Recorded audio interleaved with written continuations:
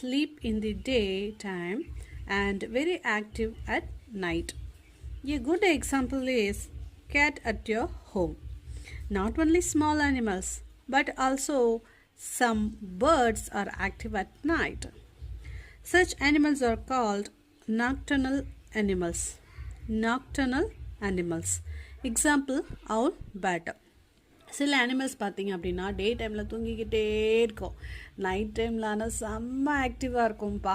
இப்போ பூனை பார்த்திங்க அப்படின்னா பகல்லலாம் நிறைய நேரம் தூங்கிக்கிட்டே இருக்கும் இல்லையா.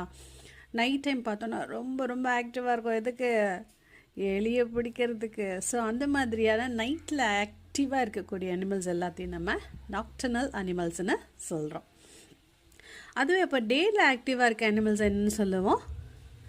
Diurnal animals. Diurnal animals. டேயில் ஆக்டிவாக இருக்கிற அனிமல்ஸை டயர்னல் அனிமல்ஸ்ன்னு சொல்லுவோம்.